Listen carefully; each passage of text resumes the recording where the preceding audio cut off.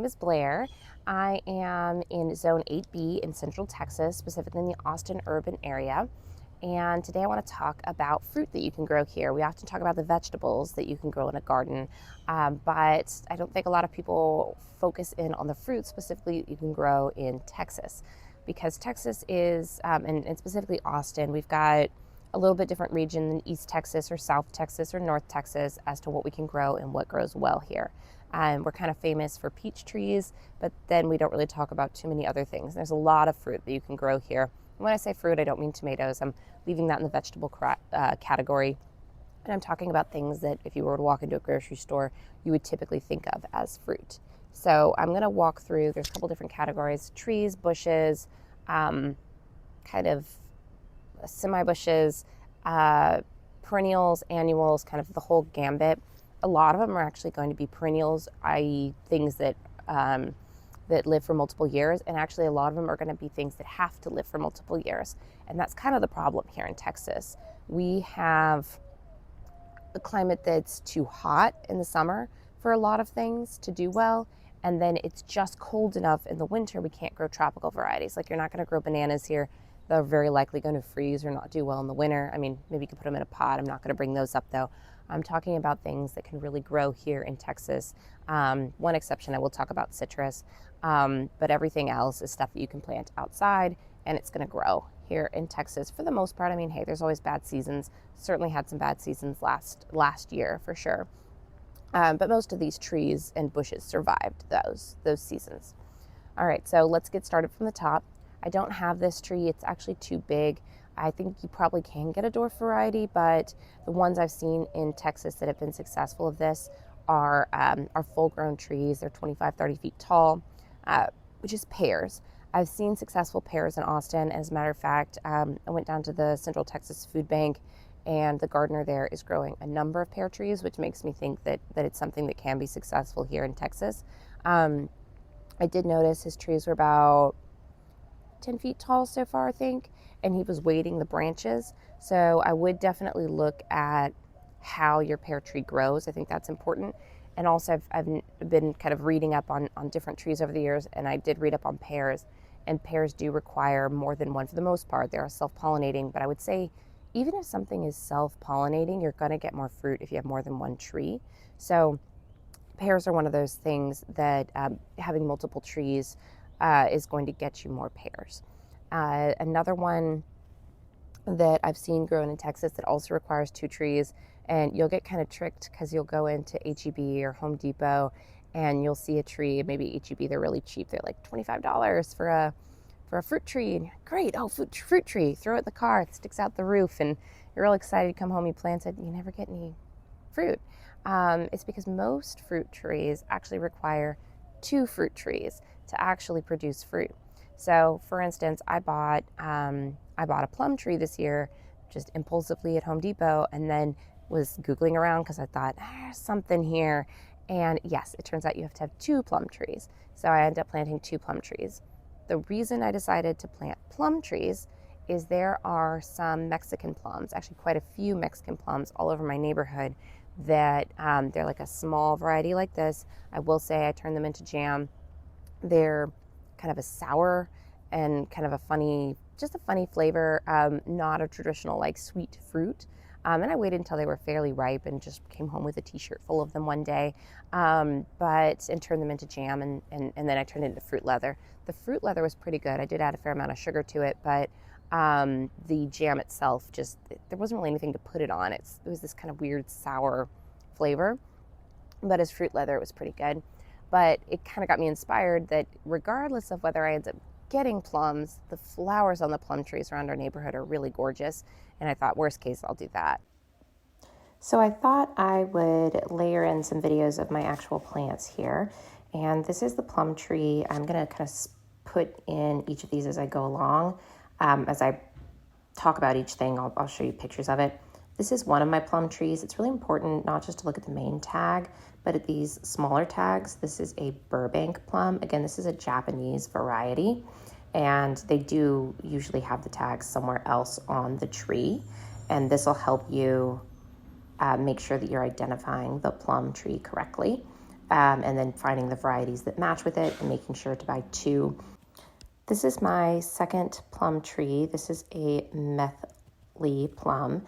And while I'm going to flip it over here, and it's going to say, if you read the fine print, which kinds match with it. I'm going back over here to show you how big these plums get. What I was saying here is that these can get to 10 to 15 feet in height, and that you're supposed to place them 10 to 15 feet apart, and that my 2 plum trees are basically about 10 to 12 feet apart, and so they're a good distance for good cross-fertilization. And so just going back over to the other one, I think the other one was a little taller. If you look at the front of it, it was 10 to 20 feet tall, and they were still supposed to do the 10 to 20 feet spacing. And also the cold hardiness is very cold, so it'll do perfectly fine here. And that was the one thing I liked about plums, is they could both withstand the heat and they can also withstand the cold. Now it does give you the cross-pollination varieties here, but I actually Googled it, and the Burbank is also a Japanese variety that works well with this methyl plum. So even though it isn't officially on the list, the ones that probably the ones that they sell at Home Depot, the Burbank plum is a good cross-pollinator with this methyl plum, and they're about 10 feet apart, which is a good distance. Pears, I don't think you need a second pear to cross-pollinate and produce fruit. I don't think you do, because I had a pear, peach. I don't think you need a second one but I'll double check that. But I had a peach that was over there. I didn't get any peaches from it because the squirrels took all the little fruits at this size, and so I never got any. But I do remember it bloomed, it produced fruit, and it was just one sitting off by itself, not anywhere near another fruit tree, another pear or peach tree. So I have 2 of those. I've never gotten any peaches off of them, but I will say I've seen neighbors that have these absolutely gorgeous, big, I'd say probably 15, 20 feet tall peach trees. Why do I keep wanting to say pear? Peach trees. And that seem to produce very, very well. So I do know they can do well here. We're also kind of famous for our Fredericksburg peaches. They've had a couple of bad years, but you can go peach picking. And that's actually one way to kind of tell whether your region is good for something, specifically trees. If there are nearby farms where you can go and pick something, then it probably does well in your region. Peaches are one of the few things that we have here in Texas. You can go peach picking, and that tells me that we have good peaches. So I'm just showing you here my peach tree. This one I've had for 5 or 6 years. There's one little peach on it. It hasn't produced overly much. Like I said, the squirrels get even those little peaches at about that size. But this one I did rescue a couple of years ago off my dad's back porch, and it's doing much better. It's the first time it's even produced a peach. So I'll call that a win for now. Let's see, what's the next one on my list? Oh, figs. So there's 2 varieties I've seen here in Austin. I've seen a lot of Celeste figs. I have a Celeste fig tree. It's doing particularly well this year. I think it's because I didn't really trim it back very much this last year. And so it's all growing on second year shoots. And I've had that tree since 2016. It's doing really, really well this year because I forgot to trim it back this winter, and I'm really glad I did because I finally am getting fruit off of it. And I've seen them all over my neighborhood, and I've seen them full of figs. It seems to be, I would highly recommend if you've got the space for it. They're big, 15 feet tall by at least 10 by 10 wide, and I do kind of keep it trimmed back. It's butted up against a house. I'm not sure that's the greatest idea. I think you do want it in kind of a sheltered place, or a place where it's going to get some morning sun when it does freeze, so it doesn't completely die back. But I think there was a year with ice and freeze that it did die back pretty strong, but it came back from the root. And most of the other figs I saw did come back from the root. But you don't want it too close to your house because it's not good to have root systems of large trees near your house. Mine's planted definitely too close to a house. I would say it should be planted a little further. So fig is about whether you have the space for it, because they need to get big to really be able to produce a decent amount of fruit. I'm going to get these little tiny figs off it. I'll probably get a couple hundred, which is wonderful, but it's a huge bush for that. And so just be conscious of that. It's in a place where I couldn't otherwise grow things. So it works out. Jumping in here again. So this is my actual fig bush. It is huge, as you can see. It's very, very large, but it is also has some excellent amount of fruit this year. I mean, this is, 100x maybe. maybe not 100x, probably 20x what I've had before. And there's some kind of throughout the bush, but most of them are, you'll notice, toward the ends of the bushes. And again, I didn't cut this back last year, so I think that made the big difference here. You will see it's pretty close to the house. I try to trim it so the branches aren't scraping against the side of the house, but it's actually great that it's blocking that window, though, because that looks straight into our neighbor's house. So that was kind of on purpose, but that's my fig bush, and it's looking amazing this year. Some of these trees probably aren't the right solution. I mean, 2 plum trees that are going to be 15, 20 feet tall, that's a lot of space to take up in your yard. And also make sure when you're planting trees that you're planting them toward the north end of your garden. If you plant them toward the south end, they're going to block all of the sunlight from your garden, or the east or the west. You really want to plant, if you're planting anywhere near annual crops, you want to plant it on the north side. And also just think about how big this tree is going to get and make sure it's not going to completely shade out your plants. Now, you might consider in Texas planting, if you have space, a tree further away to the west that would shade your garden in the afternoon. You don't want it to completely shade it, but maybe it prevents the 4 and 5 p.m. sun, or the 3 p.m. sun, or whatever it is. There's an app called Sunseeker. You can follow the line, and you also have to think about how big this tree is going to get, because some of these trees can get really big, especially pears. Like a full-grown pear tree is like 25, 30 feet tall. That's the other reason I picked plums, is because they're 15 to 20, and I think I can trim it to where it's shorter. Citrus is an interesting one. I've planted limes, lemons, and oranges over the years. My neighbors used to have this beautiful, they looked like cuties size oranges, and the tree would be completely full of them. It was absolutely gorgeous. And in that great freeze of 2021, was it? Completely died. It was so sad. I went all the way back to the ground, and they've tried to regrow it, but it was really sad. Particularly in Texas the last couple of years, plant trees in the ground outside, and that's just, I don't think we're the region for that. You might be able to get away with that in Houston, but even still, there's the occasional freeze. And so I would say if you're gonna plant a citrus tree in Texas, unless you're in Brownsville or somewhere way far south Texas, where it never freezes, you're gonna want to plant it in a pot.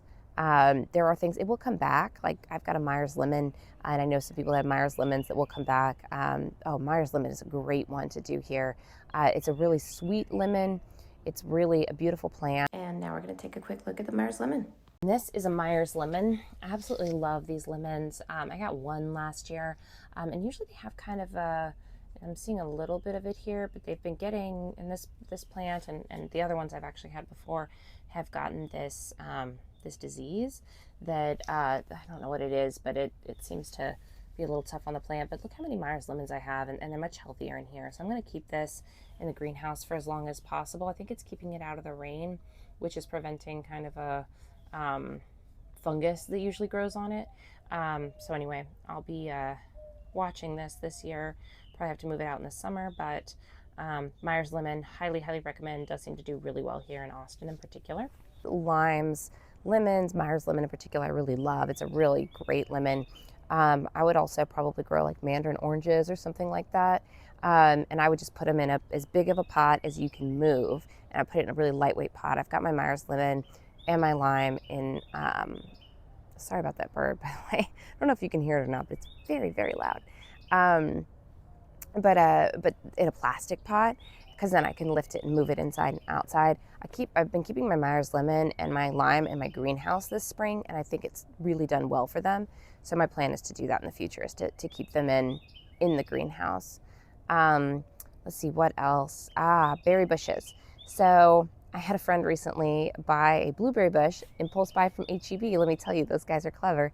I do love H-E-B, but they do have these fruit trees out there, and people just go, I'll just plant a blueberry bush and I'll get all these blueberries. Well, blueberries are another one, and very particularly that you need multiple. And you have to have very specific varieties that cross-pollinate, and they also get very big. I've considered putting blueberry bushes along the back of my house, and I may still do it. But you do also not just have to have multiple varieties. I doubt that was really loud. Anyway, where was I? So my friend bought this blueberry bush from HEB, and she's really excited about it. And she's like, "Guess what? I bought a blueberry bush." And I said, "Did you buy two?" And she's like, "No, I didn't." Wait, what? And then she felt robbed because she'd bought a blueberry bush thinking she was going to get blueberries. They got like one blueberry so far because it probably cross-pollinated with the other plants at the store. But you'll get a few blueberries, but you won't get very many. They really need to be near another variety to cross-pollinate, and that's us producing for us. You know, we're not in nature. They just need to produce enough blueberries for a couple of them to go and seed somewhere else. But to do commercial production, or at least to do the kind of production where humans can eat a few blueberries, you've got to cross-pollinate two different varieties and very specific ones at that. Another thing about blueberries is you do need to plant them in a more acidic soil. So, for instance, if I were to plant blueberry bushes in my backyard, I would dig up the bed that they're in and put a whole bunch of like peat moss or some other really acidic amendment into the soil to give the blueberries the acidic profile that they need. And I probably plant like two or three of them, a couple different varieties, but also kind of hedging myself against what if one of them dies. I want to have multiple, and so it'd be like three different varieties that all cross pollinate with each other. Would be what I would probably plan if I was going to do it. Again, it probably takes some space. I want to say the blueberry bushes I was looking into, ideally they get very big, and so they'd be 15 feet tall by 10 feet wide, which I've got an urban backyard. I don't have a lot of space, so that might not be the best idea, but we'll see. We'll see if I do it or not. Blackberries, that is one I have grown for a number of years and loved. I don't always get a great crop. When I do, it's wonderful. This year should be a good year because it's really well. There's a lot of rain, and I do, if I water them pretty well. But it's really like a cool, moist season in the spring. Really seems to help. And my blackberries are doing really well this year. I did recently move my plant, and so it's going to produce overall fewer because I broke the main root on the bottom. And that is something to note about blackberries. As a matter of fact, I may walk you over there and show you. All right, let's talk about blackberries. There's one that's technically ripe, but it's not a good blackberry. I'll just pull that off. That's not good. I don't see any others with this kind of damage on it, but that's just not a good blackberry. So blackberries are a wonderful crop to grow in Texas. They grow very well here. They like the heat, it seems. This guy's been in full sun, afternoon sun for years and done really well. Let's see how many berries it has on it.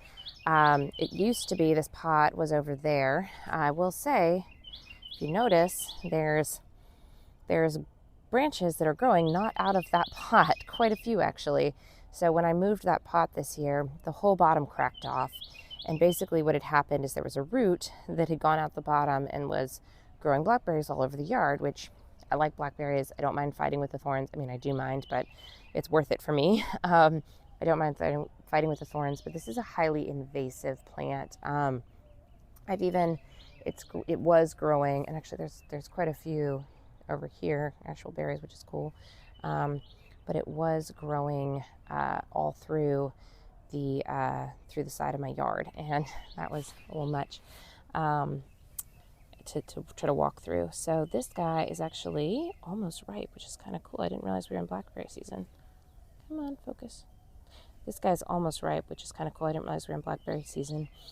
So this is not ripe though. If you see, there's still red on there, and even if there's any amount of red, you don't want to pick it because it'll be really bitter. I mean, you can, but we all lose patience at the beginning of a berry season. But basically you want it to be fully black all the way around and no red whatsoever, or even this kind of reddish. You want no reddish tone at all, totally black. That'll be sweet. You got to get it before the birds. But see how nasty these thorns are. See how nasty these thorns are. So I am trying out this year. There's one plant kind of buried in all these. There's one plant kind of buried in all these other plants over there that is a thornless variety, which I'm trying out. It won't be the one that has any fruit on it, which I'm trying out. And if it does well, I'm going to let it kind of be invasive, take over, and eventually replace these thorny bushes, because the thorny bushes they're a lot. They're a lot to handle. I always try to wear like gloves and a sweatshirt when I'm trimming them back in the winter, because and a sweatshirt I don't care about because they're pretty brutal to try to deal with. The strawberries are kind of an annual crop here in Texas traditionally. One thing to note, if you are going to plant them and you're going to plant them as an annual crop, you actually should plant them in October, let them overwinter, establish their roots. You'll get a lot more fruit in the spring. If you plant them in March, you're really going to struggle to get much crop at all. In the Northeast and other places, Pacific Northwest, where blueberries grow really well, they're actually in full, flush of growing strawberries. Did I say blueberries again? Strawberries. Growing strawberries when they are when they're in the third year. And so in Texas, if you're only growing annual, at least if you plant in the fall, you're giving yourself time for those roots to establish. You're giving the plant time for those roots to establish, and then you can have a chance at getting a decent number of berries and bigger berries. I am trying this year to actually over summer my strawberries so that I can get older plants that are doing better. And the way I'm doing that is I've got them in this tower garden over here. And my plan is to keep it, one, well watered, and two, move it into the shade for the summer to protect the strawberries from the summer heat. And so right now they're getting plenty of sun. I'm rotating it every couple of days. But they're gonna be moved further and further into the shade as the summer gets hotter and hotter. However, I do have strawberries. I planted these mostly, some of them in the fall, some over the winter. I bought some from like in a bag. I bought some from plants. This one, let's see. This could have been a transplant from my garden. I don't think so. This might have been one of the starts that I got. Let's see. No, that might have been one of the starts too. I got some crowns, basically. I think they're called crowns. And then I got some, so I bought a bunch of, caterpillar, sorry.